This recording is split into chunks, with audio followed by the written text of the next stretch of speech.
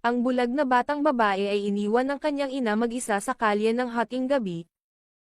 Buti na lang at ang mga nakakita sa kanya ay may mabuting loob. Tinulungan siyang bumangon at umupo.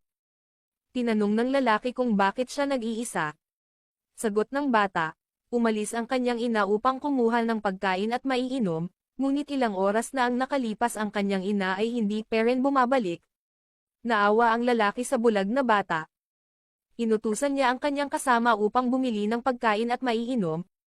Makalipas ang ilang sandali bumalik ang kasama ng lalaki. Binigyan ng lalaki ang bata ng pagkain at inumin. Ang ibang pagkain ay nilagay ng lalaki sa bag ng bata para sa kanyang ina. Sabi ng bata, may iniwan na sulat ang kanyang ina sa loob ng bag. Kahit sino ay pwedeng basahin ito. Binasa ng lalaki ang sulat. Kung sino man ang nakakabasa ng sulat na ito, nakikiusap ako na tulungan niyo po ang aking anak. Bulag ang kanyang mga mata. Wala akong pera para siya ay mapagamot. May sakit akong liver cancer at hindi na magtatagal ang aking buhay. Iniwan na kami ng kanyang ama. Umiyak ang bata sa kanyang narinig. Nakiusap siya sa lalaki na tulungan siya na balikan siya ng kanyang ina. May iniwang number ang ina sa sulat.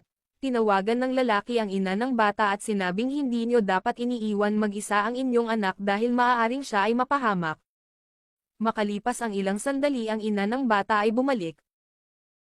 Humingi ng tawad ang ina sa bata. Nagawa lang niya iyon dahil hindi na niya alam ang kanyang dapat gawin. Ang kanilang mga kamag-anak ay nagsawa na sila ay pahiramin ng pera upang sila ay mabuhay. Sumagot ang lalaki, hindi niyo dapat iniiwan ang inyong anak sa ganitong lugar ng mag-isa. Kung masamang loob ang makakita sa kanya siguradong siya ay mapapahamak. Awang-awa ang lalaki sa sitwasyon ng mag-ina. Binigyan niya ng pera at calling card ang mag-ina at sinabing siya na ang bahala sa kanilang pagpapagamot.